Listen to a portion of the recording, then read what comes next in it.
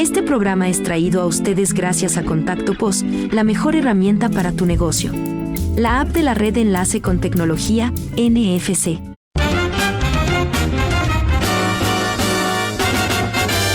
Esto es Cabildeo Digital.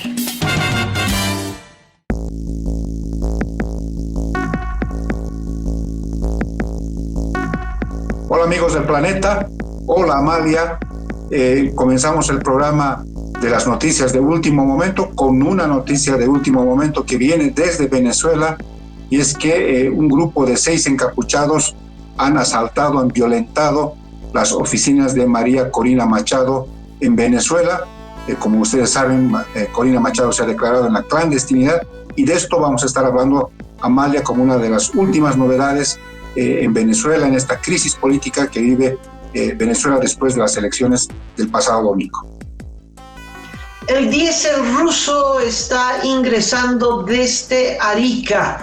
Hay bloqueos y el gobierno pide levantar los bloqueos precisamente para que las cisternas con diésel puedan llegar hasta los surtidores y resolver por lo menos parcialmente el problema.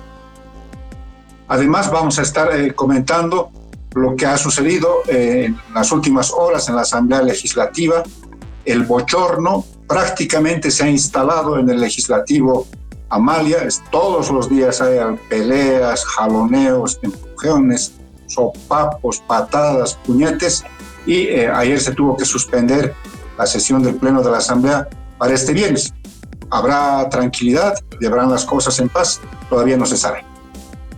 Eso está difícil de prever. Y bueno, un periodista fue detenido por unas horas por hacer su trabajo en las puertas del Banco Central de Bolivia. Esto y más, un análisis sobre la situación de Venezuela en esta edición. Antes de entrar al desarrollo, vamos a este mensaje de enlace que es muy importante. A tu alcance, la app más completa para tu negocio. Funciona con cualquier cuenta de banco. Bájate la app y cobra con tarjetas, con QR, con Tigo Money. Descarga Contacto POS ya.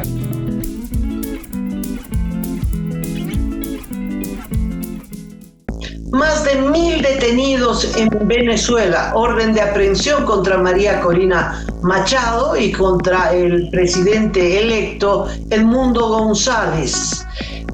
María Corina se ha declarado en clandestinidad para salvar su vida. Sin embargo, ha dicho hasta el final y ha convocado a una concentración para mañana sábado. Mientras esto acontecía, a las 3 de la mañana ocurrió un hecho de terror. ¿Qué pasó, Cacho? 6 encapuchados a las 3 de la mañana, como tú dices, han ingresado a las oficinas de María Corina Machado, en las oficinas de 20 Venezuela, que es la agrupación que se conformó para participar en las elecciones. Violentaron los ambientes, dejaron escritos algunos grafitis, removieron todo lo que encontraron, y María Corina Machado, a través de su cuenta en X, ha denunciado este hecho, señalando que son amenazas que proceden de parte del chavismo y que quieren intimidarlo. Como sabes, Amalia está declarada en la clandestinidad, María Corina Machado, así que está utilizando sus redes sociales para pronunciarse. Denunciamos la arremetida e inseguridad a la que somos sometidos por razones políticas y alertamos al mundo sobre la protección de nuestros miembros, dice Corina Machado en su cuenta de la red social X. Estaremos analizando con mayores datos en la segunda parte del programa. Entramos al panorama local y vamos al diésel, que es la preocupación nacional. Diésel y gasolina, largas colas en todo el país, bloqueos en todo el país. Los transportistas han decidido negociar, ya no piden la renuncia de ninguna de las autoridades, pero el levantamiento de los bloqueos es muy lento. Esto está dificultando el ingreso del diésel ruso que viene desde el puerto de Arica, que han podido desembarcar gracias a una gentileza del presidente chileno Gabriel Boric, que a pesar del incumplimiento de Bolivia en la realización de obras de infraestructura que le den seguridad a esa parte del puerto de Arica, a la parte de Sica a cargo de yacimientos, Boric dijo, bueno, habiliten y que bajen el diésel. Y eso está ocurriendo, pero hay dificultades en la carretera por los bloqueos. Amalia, en principio, informarte que el bloqueo que llevaba 4 días en la ciudad de Oruro, en las carreteras que unen Oruro con La Paz, con Cochabamba, han sido levantadas anoche después de una negociación con el gobernador Johnny Bedia. Por tanto, han puesto, fin a esta movilización de 4 días. El bloqueo más importante en este momento en esa parte del país se mantiene en Tambo Quemado, aunque los dirigentes que están en ese punto dijeron que van a dejar pasar las cisternas.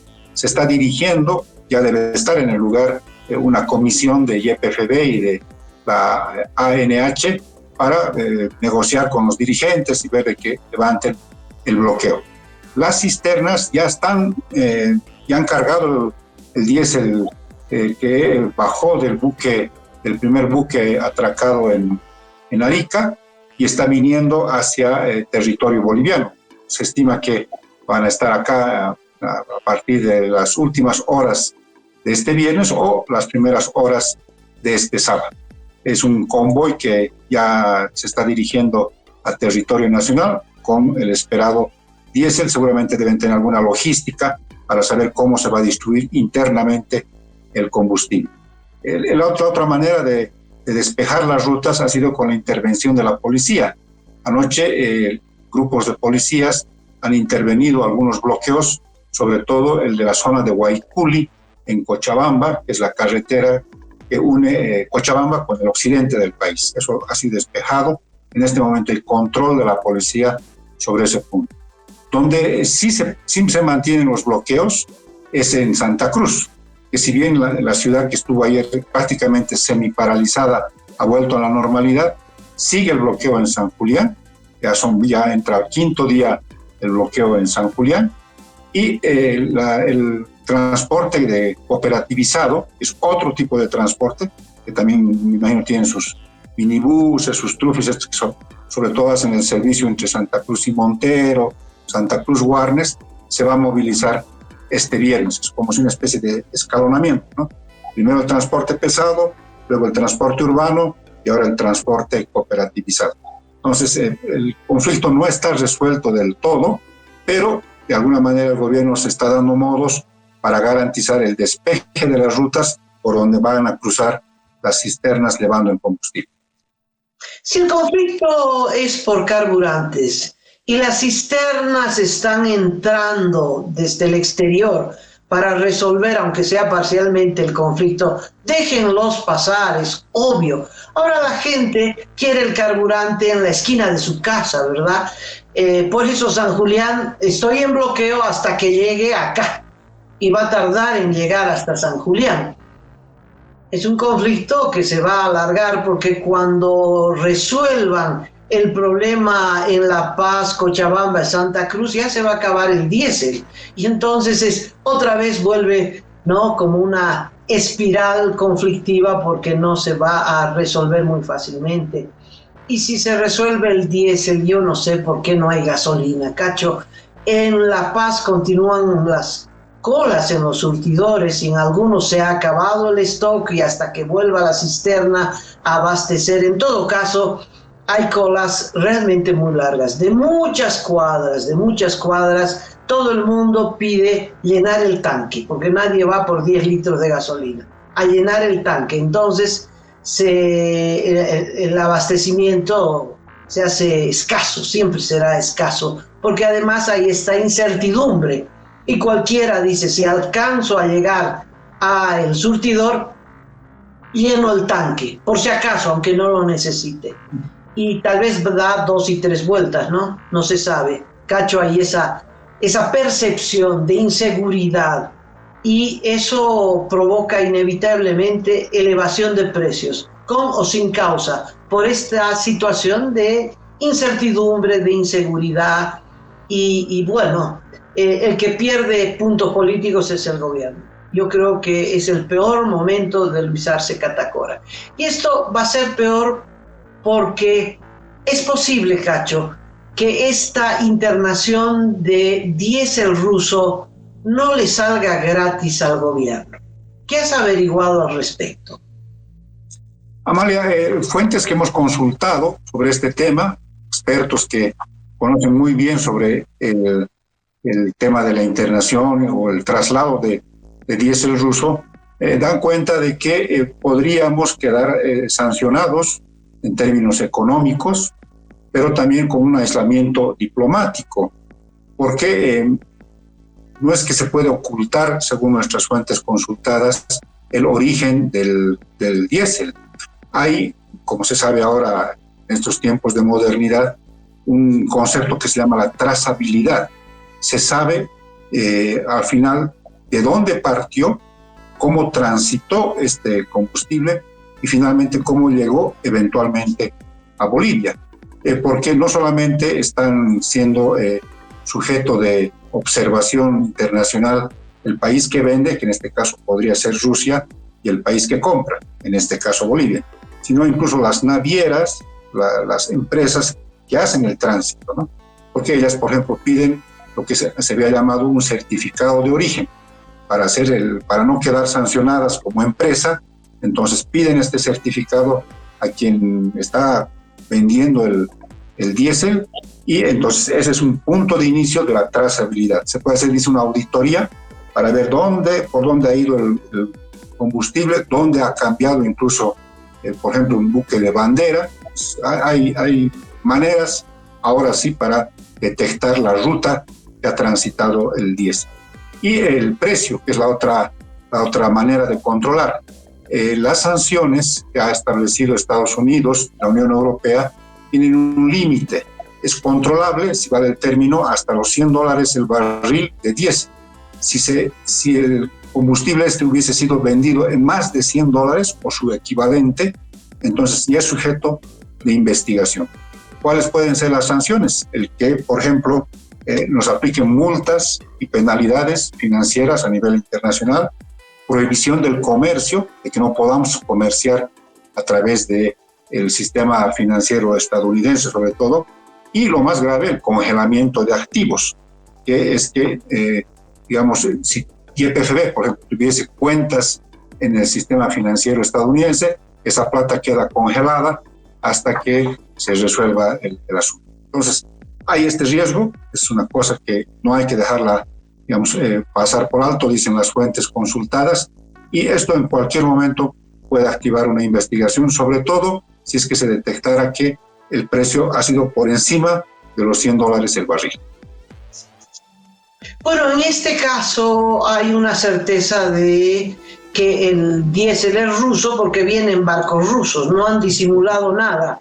Se sabe que partió de un puerto de San Petersburgo y se tiene el registro de por dónde pasó, qué mares surcaron, en relación al primer buque. En relación al segundo buque, pues hizo escala en Brasil y después del Brasil ha llegado al puerto de Arica. Y un tercer barco, que es ruso, lleva la bandera de Ghana.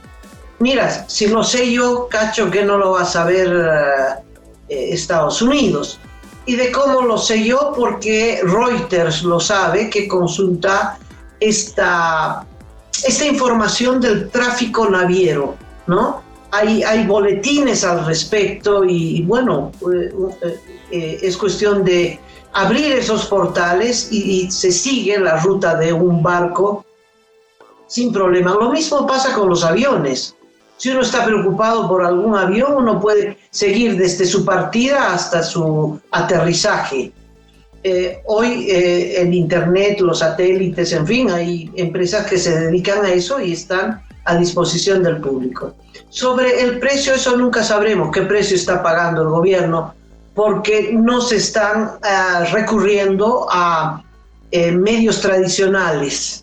No sé, el gobierno no va a pagar en efectivo, eso es obvio, porque no tiene efectivo, por eso ha recurrido a los rusos, y tiene que ver con el acuerdo entre Lucho Arce con Putin. Y ¿En qué consiste ese acuerdo? No sabemos. Siempre es un secreto. Tal vez no es efectivo, Cacho. Ni 100, ni 50, no sabemos cuánto está pagando por el barril o la tonelada de diésel. Es posible que sea a cambio de la incursión de empresas rusas a los salares bolivianos, ¿no? Litio, uranio, en fin, etcétera, etcétera, que es lo que se viene deduciendo por las licitaciones de la empresa estatal de litio. En fin, pero que hay este riesgo que tú mencionas con toda seguridad, con toda seguridad. Sanción es sanción. Y las sanciones nos dicen, se sanciona a todos excepto a Bolivia. No hay eso. La sanción es generalizada. Esperemos, Cacho, que este diésel no sea el más caro que hubiese comprado Bolivia. Así es, Amalia, y lo que se está esperando este viernes es saber cuánto del primer buque se logra descargar a los depósitos en la terminal Sica en Arica. Hay también unas divergencias en cuanto a las opiniones. Algunas autoridades del gobierno dicen que todo el buque se va a poder descargar, son 42 millones de litros de diésel. Otras autoridades, sobre todo el presidente de YPFB, cree que va a ser un poco más de 30 millones. Otros han calculado un poco menos. Bueno, esto me imagino tiene que ver con los tiempos, con la hora en la que va a quedar cerrada la ventana climática, que parece que va a ser entre las 6 y 7 de la tarde. Se cierra la ventana, entonces hay que esperar hasta la siguiente semana para que se vuelva a abrir esta ventana y volver a descargar ya sea el saldo de este primer buque o el combustible de un segundo buque. Entonces, todo el mundo está esperando, porque también de eso depende la cantidad de días de que se garantice el abastecimiento, independientemente de que se ha hecho compras adicionales vía Perú. Está entrando una cantidad mediante por el desaguadero, por el Perú, y otra cantidad está subiendo del sur, de Paraguay y de Argentina, que me imagino va a abastecer sobre todo a los surtidores, a los departamentos del oriente y del sur del país. Chile está sufriendo en estas horas una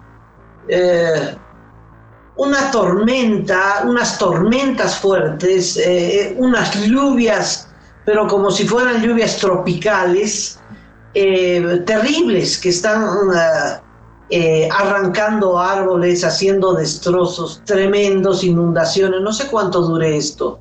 Y sin duda, esto también afectará al norte de Chile y pues la violencia con la que se mueve las olas del mar, que son las que estaban dificultando precisamente el desembarque de este diésel. Esperemos a ver que esto no agudice las dificultades del gobierno con este diésel. Cacho, ¿podemos cambiar de tema?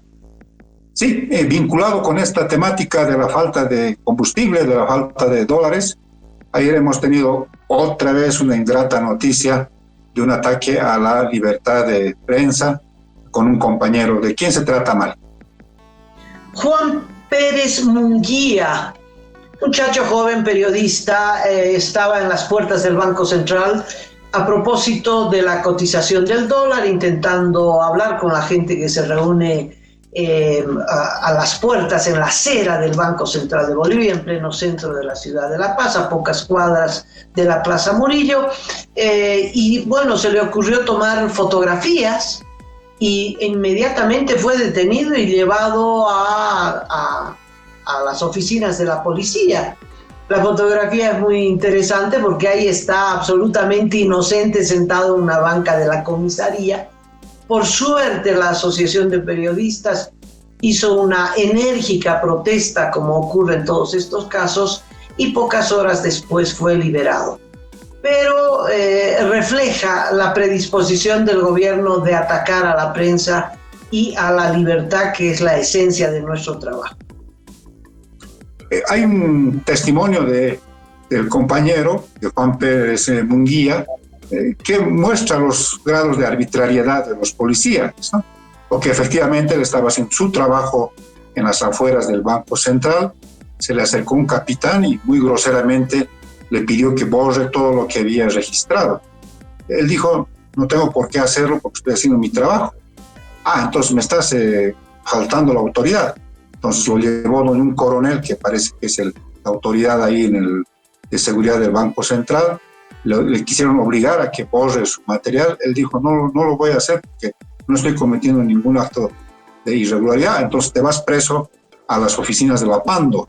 Ahí es donde le toman la foto que se publicó, que se divulgó ayer. Y ahí le dijeron, te vamos a abrir un proceso por terrorismo, ¿no? O sea, ya esto del terrorismo se ha vuelto ya moneda corriente, ¿no? Y por suerte llegaron los abogados de la asociación, establecieron que jurídicamente no había nada en contra de Juan Pérez Munguía, y que más bien era un atentado a la libertad de prensa, ¿no? Ese rato cambiaron de discurso, se hicieron a los que estaban haciendo un favor y dejaron en libertad después de 2 horas, 3 horas de tenerlo ahí arrestado a nuestro compañero. Es esto, en este ambiente nos estamos moviendo. Imagínate una persona que está haciendo cobertura periodística, ni siquiera ingresó a los ambientes del Banco Central y se ha cometido este atropello. Es buena la actuación tanto de la Asociación Nacional como de la Asociación de La Paz, porque de esto vamos a tener muchísimo, Amalia, conforme se vaya agudizando esta crisis económica en el país.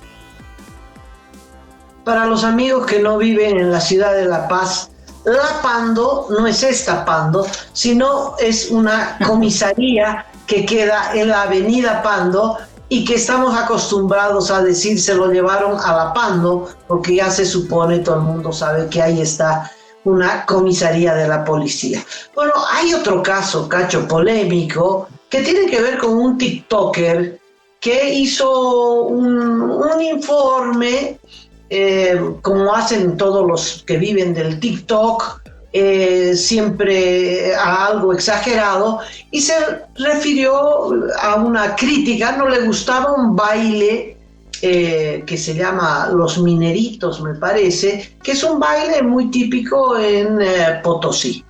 En Potosí es un baile muy querido, muy tradicional. Bueno, pero al TikToker no le gustó y lanzó críticas, me parece ridiculizando el baile. Esto le ha valido que lo demanden, lo citó la fiscalía, no se presentó y lo han detenido. A mí me parece, Cacho, que esto es una completa arbitrariedad. Primero porque todo el mundo tiene el derecho de opinar lo que quiera, ¿no? Esa opinión puede ofender el gusto de otros, ¿no? Puede venir alguien y decir, qué fea es la ciudad de La Paz. Bueno, es su opinión. A mí me puede ofender porque yo adoro La Paz y me parece muy bella mi ciudad. Pero otra persona puede tener opinión distinta y no por eso lo voy a meter preso, Cacho. No puedes procesar a nadie por su opinión. Entonces, ¿qué van a hacer? ¿Le van a cambiar la opinión con 5 años de cárcel? ¿Lo van a acusar de terrorismo? ¿Con 30 años de cárcel le van a cambiar su opinión sobre el baile de los mineritos? Es posible que Potosí se hubiera sentido ofendido. Entiendo perfectamente su sentimiento, pero no amerita un proceso por la opinión de otros. Tenemos opiniones distintas sobre las ciudades, sobre todo, sobre el gobierno, sobre absolutamente todo. Uno puede ir a una ciudad y decir, qué linda, pero qué sucia, ¿no? Bueno, ¿estoy ofendiendo a alguien? No, es mi opinión. Es mi opinión, ¿por qué me van a meter preso por mi opinión? Ahora, el TikToker cometió un error. Y es que si la fiscalía lo cita, tiene que ir. Porque esa es otra cosa, esa es otra discusión. Y ante la fiscalía tiene que alegar que tiene derecho a opinar. Y podrá hacer, aunque no confiamos en la justicia, un amparo constitucional porque tiene absoluto derecho a opinar lo que le venga en gana sobre determinados asuntos, incluyendo el gobierno. Pero fue citado y no se presentó. Ahí sí, sonó, lo detuvieron. Y ya ocurrió un tema parecido, te acordarás, con Milena Fernández, una presentadora de televisión, que criticó las malas condiciones de aseo de Oruro, ¿no? Oruro prácticamente se levantó casi en armas porque, claro, se sentían mellados y le hicieron todo un problema, la declararon persona no grata en la capital orureña. Ya ha habido de este tipo de antecedentes y a mí lo que me da, yo tengo esta sensación, Amalia, te lo confieso, es que al gobierno le interesan a veces exacerbar este tipo de temas, ¿no?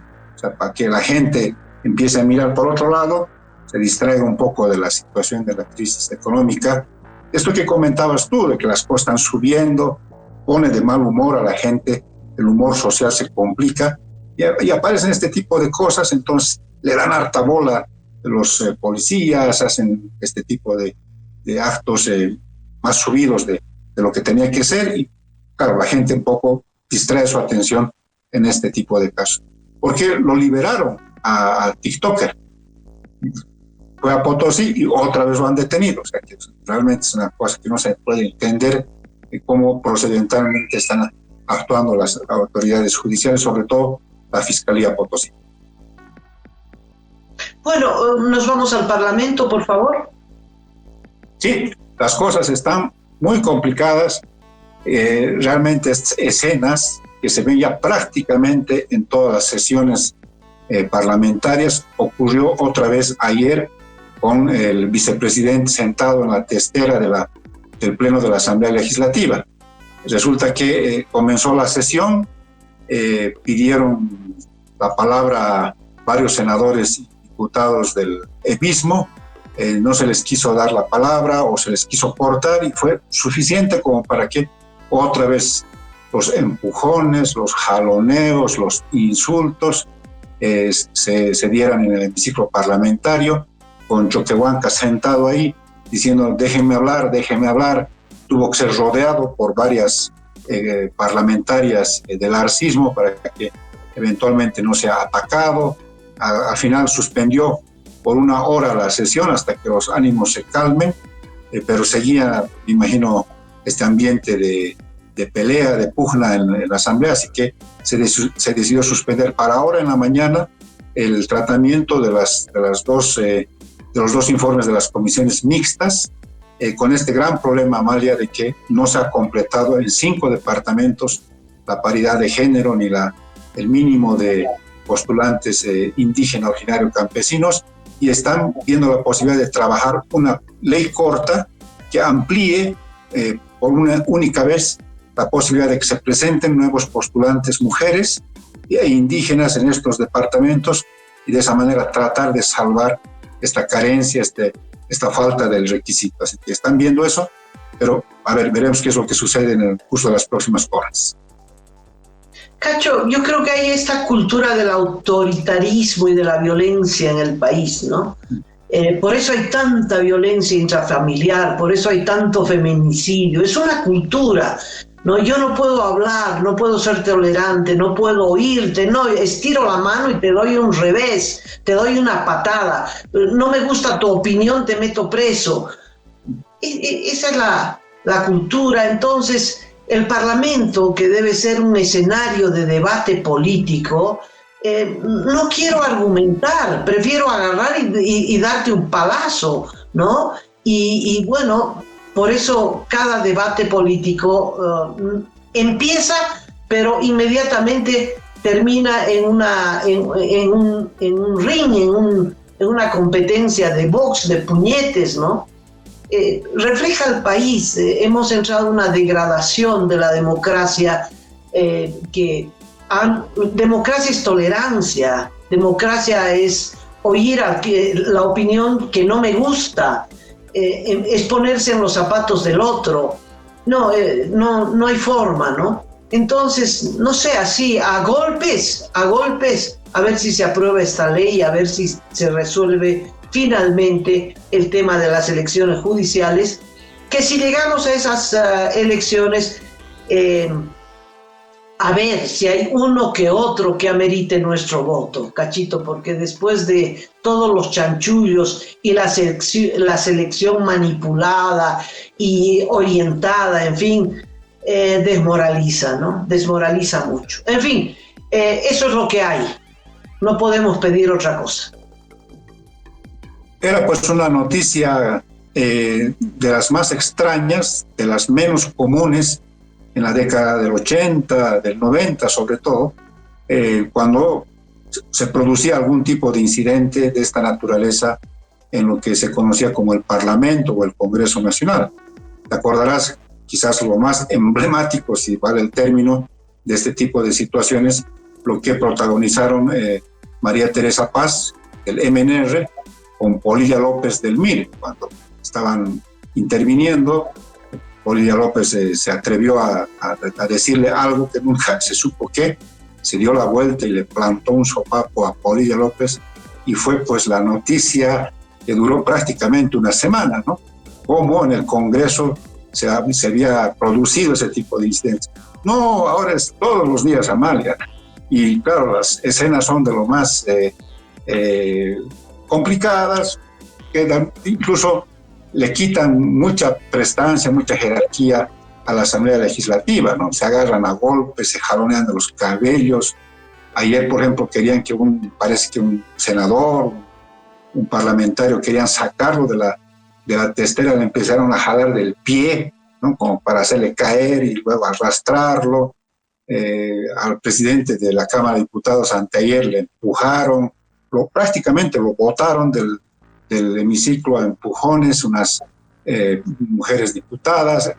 Realmente es ya vergonzoso, ya la verdad que, y lo toman ya normal. Ellos ya es prácticamente una manera de sesionar el que haya por lo menos un empujón o un insulto, y con eso ya han cumplido su labor parlamentaria.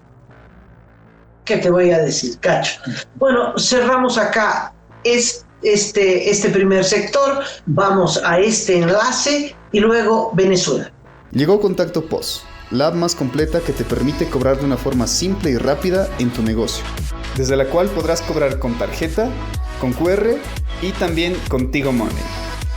Contacto POS, descárgala ya. Ahora sí, Amalia, vamos a dedicar estos minutos a lo que está sucediendo en Venezuela.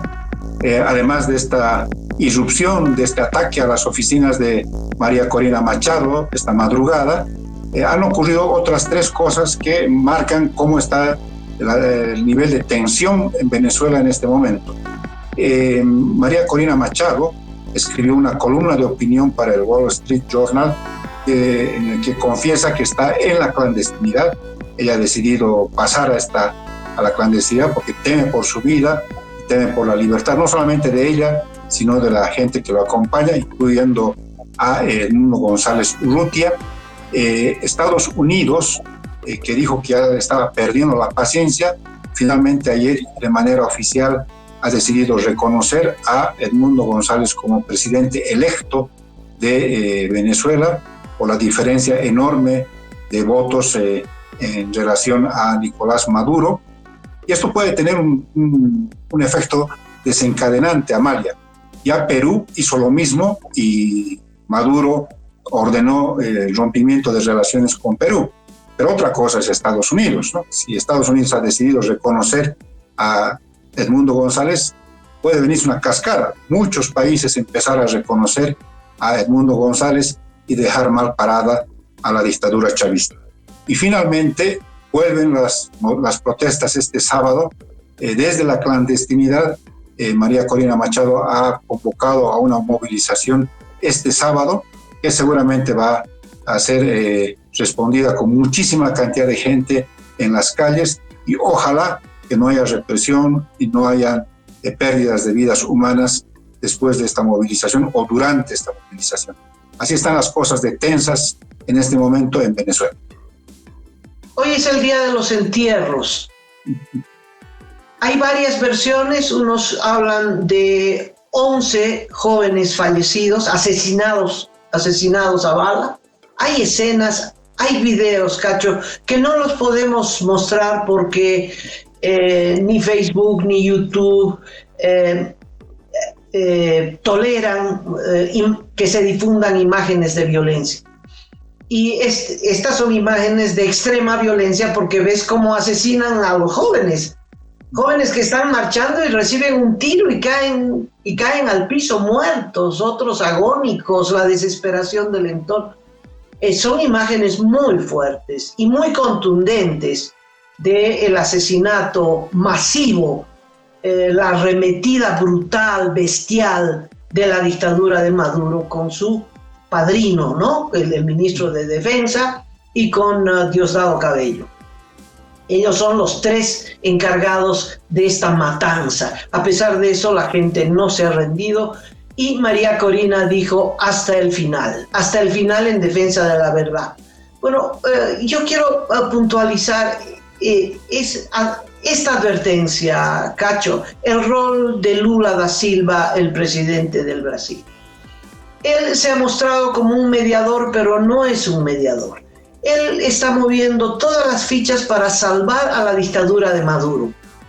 Como la dictadura de Maduro, y Maduro en particular, es corto de pensamiento, Lula es el que le está dando las pausas de qué es lo que tiene que hacer. Lo primero que tenemos que establecer es que Lula ha orquestado esta triada con el presidente de Colombia, Gustavo Petro, y con Manuel Obrador, el presidente ya saliente de México, pero su continuadora sigue la misma línea.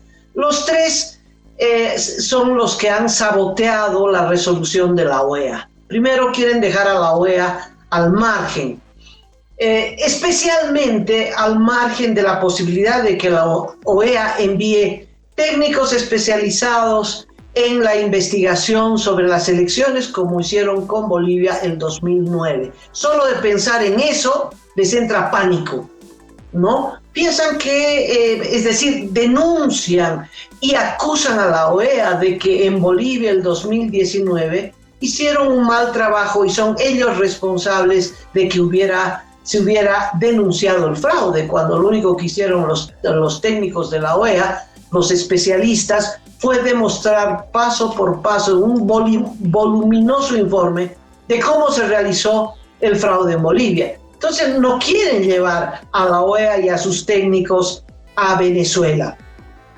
Y por eso, aunque la resolución era muy simple, la de la OEA, que decía queremos que Maduro y el Consejo Electoral de Venezuela presente las actas, termine de hacer el conteo de votos, porque se quedaron supuestamente en el 80%, y con ese 80% supuesto, porque nunca llegaron, nunca revisaron una sola boleta de elección, pues lo han declarado ya presidente electo a Maduro, y no han terminado siquiera el conteo de votos.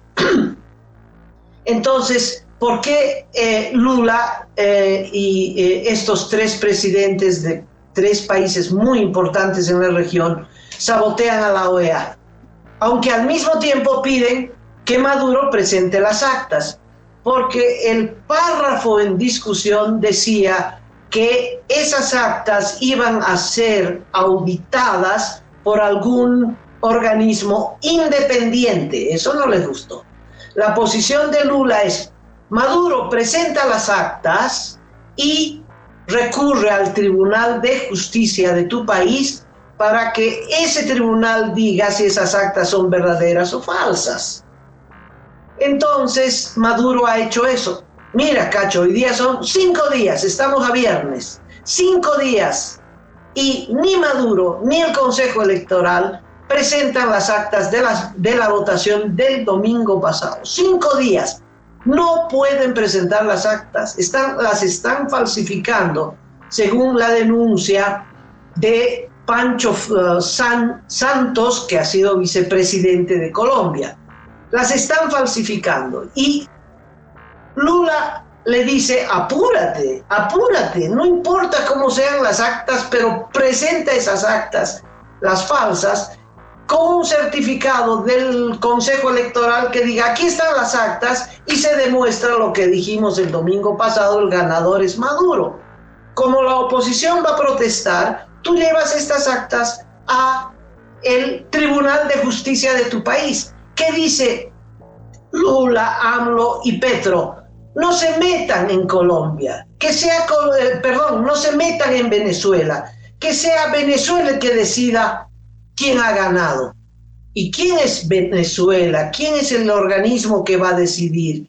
La Corte de Justicia de Venezuela, que son empleados de Maduro, ¿no? Y Maduro, sin tener actas, ya ha recurrido a la Corte de Justicia. Y esa Corte de Justicia ha citado a todos los candidatos para hoy a la mañana. ¿Te imaginas que María Corina o que Edmundo González se presenten a la Corte de Justicia hoy a las 10 de la mañana para que los detengan? Obviamente, para que los detengan. Si ya la Fiscalía ha librado orden de detención contra ambos acusados de terrorismo. Pero Lula ¿qué dice de las manifestaciones? No habla de los muertos. Al revés, en un comunicado conjunto de los tres, exhortan a los manifestantes a no ejercer la violencia. Es que uno se queda, pero con la boca abierta, porque no son los manifestantes los que ejercen la violencia, sino el gobierno a través de o la policía o los militares o sus bandas de paramilitares. De eso no se refieren, de eso no hablan. Por eso es muy importante el pronunciamiento de Estados Unidos, que ya dirimió las aguas. Aquí el ganador es Edmundo González, ¿ya? No necesito ver actas, porque las actas ya están en el portal de María Corina Machado. Ahí están las actas. ¿Quieren ver las actas? Ahí están. Más del 80% de las actas ahí están. No hay nada más que discutir. Pero Lula dice no, aquí que Maduro presente, y que si alguien tiene algún reclamo frente al informe de Maduro, que vaya a la justicia de Venezuela. Por favor, ¿qué es esto? Están salvando a la dictadura y a sus crímenes. Y Lula ahora está en Chile, hablando con Boric. El presidente chileno tuvo una actitud consecuente con la democracia, con la libertad y con el respeto al voto popular, porque en la Organización de Estados Americanos votó junto con los otros 16 países, con su voto 17 países, que exigían que se presenten las actas y que estas actas sean auditadas por alguna entidad imparcial. Ahora Lula está en Chile para que Boric, socialista, vuelva al redil y puedan salvar a la dictadura de Maduro. Ese es el rol terrible de Lula da Silva. Terrible, el peor de todos. Prefiero a Maduro, que de frente dice no voy a dejar el poder, he ganado, he hecho fraude, y ahora está haciendo el segundo fraude, imprimiendo, falsificando las actas electorales, y parece que le es difícil. Mañana, que habrán manifestaciones en todos los estados de Venezuela, parece que a ver si los chinos se apuraron, a ver si pueden falsificar las actas y presentarlas. Las originales no las pueden presentar, porque las originales le dan un triunfo abrumador, esa es la palabra que han usado, abrumador, a Edmundo González, el candidato de la oposición, de una oposición que ha logrado unirse y lograr este triunfo contundente, arrasador frente al candidato de la dictadura. Por lo que has expuesto, Amalia, queda claro que la expectativa se va a poner en la posición que asuma el presidente de Chile. Después de esta conversación con Lula, sabremos si queda convencido de los argumentos de Lula da Silva en este trabajo sucio que está haciendo para tratar de salvar a la dictadura chavista, a la dictadura de Maduro, o si se mantiene firme en su posición de que hay dudas, hay sospechas de los resultados que se presentó las primeras horas de este lunes, ¿no? Por un detalle, Amalia, y es que la Deutsche Welle, en su noticiero de habla hispana, entrevistó ayer a una exministra justamente de Gabriel Boric, una experta en temas electorales vinculados con este asunto de la informática. Es más o menos parecido el perfil al de María Corina Machado en Venezuela. Esta señora, esta experta, dejó claro que ahora todas estas actas dejan una huella informática que tiene que ver sobre todo con el tiempo, ¿no? Y entonces ella dice que cualquier suplantación, cualquier falsificación que se haga de las actas también va a dejar una huella en el tiempo. Entonces se va a saber cuál ha sido hecha antes que la falsificada, porque además habían tenido unos códigos QR, habían tenido otro tipo de códigos que, bueno, solamente saben los informáticos, que de alguna manera establecen, es como un candadito que le ponen para saber en qué momento se ha emitido el acta y incluso cómo llevan las firmas de los delegados de mesa. Entonces se mostró muy confiada, muy segura de que si hay alguna falsificación, esa falsificación más bien va a probar que han hecho eso después de lo que se produjo como votación en Venezuela. Así que, por lo que tú has expuesto, me parece a mí clave lo que pueda decir Boric, ¿no? Si Boric dice, no, nos sostenemos en que ha habido aquí, que tienen que presentar las actas originales, las reales, entonces ahí Lula va a quedar mal parado y no se sabrá qué más intentará hacer para salvar a Maduro y su dictadura. Interesante porque Boric se muestra que es una persona seria, es de izquierda, es socialista, pero se nota que para él es muy importante la institucionalidad, el no falsear las cosas, el no torcer la voluntad popular.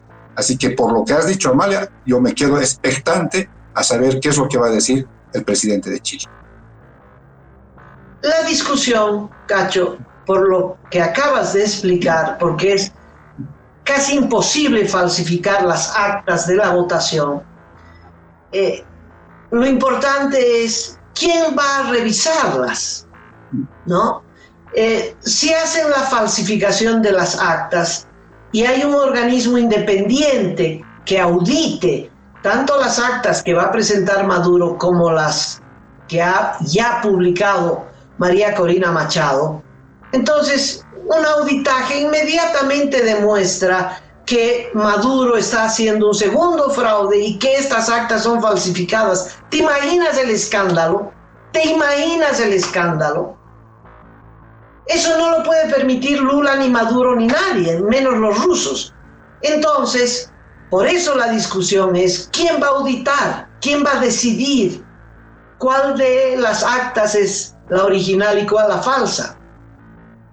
Entonces, Lula y Petro pues están diciendo, y el presidente de México, no se metan con Venezuela, que sean los venezolanos los que decidan, que sean las autoridades de Venezuela las que deciden. ¿Qué autoridades? El Consejo Electoral, que responde a Maduro, y la Corte Suprema, que responde a Maduro. O sea, dejen que Maduro decida. Ese es el quid del conflicto. Y entonces Lula está convenciendo a Boric que por favor no pida una auditoría independiente, que sea la Corte Suprema, porque es importante que nadie se meta, que la autonomía de cada país. Autonomía cuando Lula se metió en las elecciones argentinas, cuando México se metió a hacer fraude en Bolivia. Bueno, esa es la situación, esa es la discusión. Yo no veo que María Corina, primero, no veo que se amedrente. Es muy bueno que cuide su vida, no puede exponerse. Y yo creo que la verdad es una bandera muy fuerte, Cacho, muy fuerte. Ella tiene la verdad. Edmundo González, el presidente electo, el pueblo de Venezuela, ya dijo su palabra y lo único que estamos haciendo es presionar con todas las fuerzas, con este programa, con todo lo que se pueda, chiquito o grande, o la decisión de Estados Unidos, para que esa verdad se cumpla y no se imponga la mentira y la dictadura. Ahora, ¿qué está haciendo Maduro? Se está yendo a Rusia, Cacho, a Rusia. ¿Por qué se está yendo a Rusia? ¿Por qué Putin lo invita? Para decirle a todo, para decirle a Estados Unidos, no estoy solo, te metes conmigo, mira quién está detrás, Putin. Bueno, así son las cosas. Sí, son estos niveles globales de una pugna geopolítica, de un reordenamiento, de un nuevo orden internacional, ¿no? Que, bueno, desde nuestro punto de vista es tremendamente interesante porque también se ve el reacomodo de los países y su influencia sobre el resto de las naciones del planeta, ¿no? Yo me quedo con esto que tú has explicado muy bien y que es una especie de prueba de fuego para el presidente de Chile, que, reitero, siendo del socialismo, siendo un presidente de izquierda, progresista como él se autocalifica, yo creo que va a tener, su palabra puede tener una especie de desemboque, ¿no? O sea, que haya en la región latinoamericana gobiernos de izquierda progresista que no creen en lo que ha emitido el Consejo Nacional Electoral de Venezuela. Y eso puede ser un parteaguas también en la política latinoamericana. Así que yo voy a estar tremendamente atento a ver si Lula lo convence a Boric o si Boric se mantiene en su posición, que puede generar un resquebrajamiento de esta estrategia de Lula de intentar salvar la dictadura chavista. Bueno, hasta aquí llegamos. Cacho, haciendo fuerza para que las manifestaciones de mañana sean pacíficas, y esto depende del accionar criminal de Maduro, y fuerza al pueblo de Venezuela, y estaremos, por supuesto, siguiendo estos acontecimientos. Cacho, muchas gracias a todos los que nos siguen, a ti, y hasta mañana. Con un apunte, me despido, Amalia, deportivo otra vez. Esta mañana, muy tempranito, ha participado, ha competido Guadalupe Torres, una velocista boliviana, la mujer más rápida de Bolivia, en 100 metros planos, que es esta prueba de hipervelocidad. Y Amalia, realmente fue un gusto verla porque clasificó a una segunda ronda. No le fue bien en la segunda ronda, pero realmente estuvo entre las grandes.